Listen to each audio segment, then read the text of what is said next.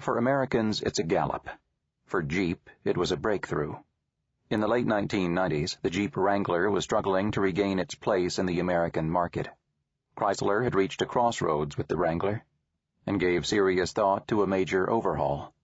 When I began working with Chrysler on the Jeep Wrangler in the late 1990s, the company's management was understandably suspicious about my approach to learning consumer preferences. When I put groups of consumers together, I asked them different questions. I didn't ask them what they wanted in a Jeep. I asked them to tell me about their earliest memories of Jeeps.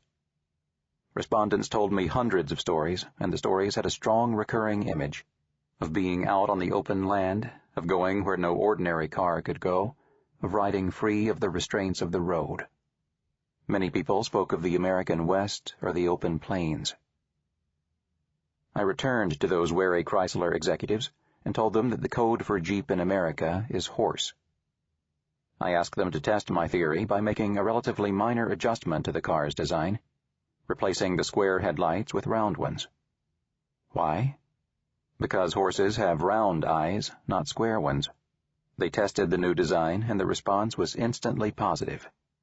Wrangler sales rose, and the new face of the Wrangler became its most prominent and marketable feature. In fact, the car's logo has incorporated its grille and round headlights ever since. Meanwhile, the company began to advertise the car as a horse.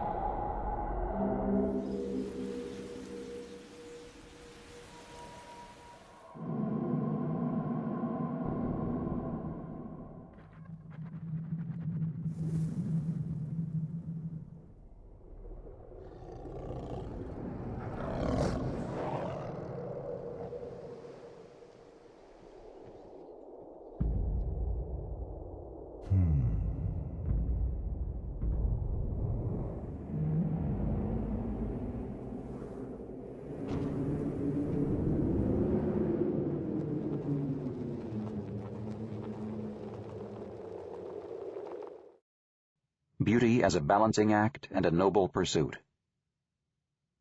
When CoverGirl, a division of Procter & Gamble, hired me to find the culture code for beauty in America, the tension related to this archetype emerged in my very first discovery sessions.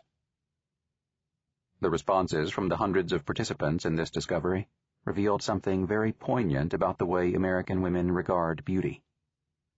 When asked to go back to their first and most powerful memories of their own beauty, they recalled moments of romance, of attraction, of getting a man's attention.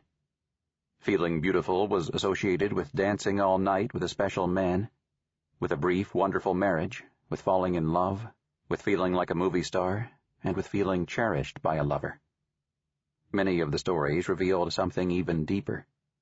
Statements such as, "He was proud to be with me, he made a fuss," and "I was the most special person to one other person," suggested that beauty not only attracted a man, but also changed him in a substantial way at the same time. If a woman can impress her beauty upon a man permanently, if she can stay beautiful in his eyes, she can make him a better human being.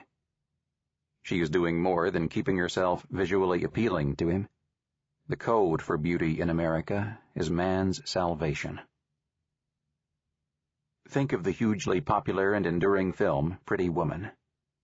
In that movie, Julia Roberts played a prostitute hired by a hard-hearted tycoon played by Richard Gere. While she looks like a hooker, she's nothing more than a plaything to Gere. However, when he needs her to accompany him to a formal function, and when she dresses elegantly and makes herself as beautiful, rather than provocative, as possible, she wins Gere's heart. She saves him from a life of emotional emptiness.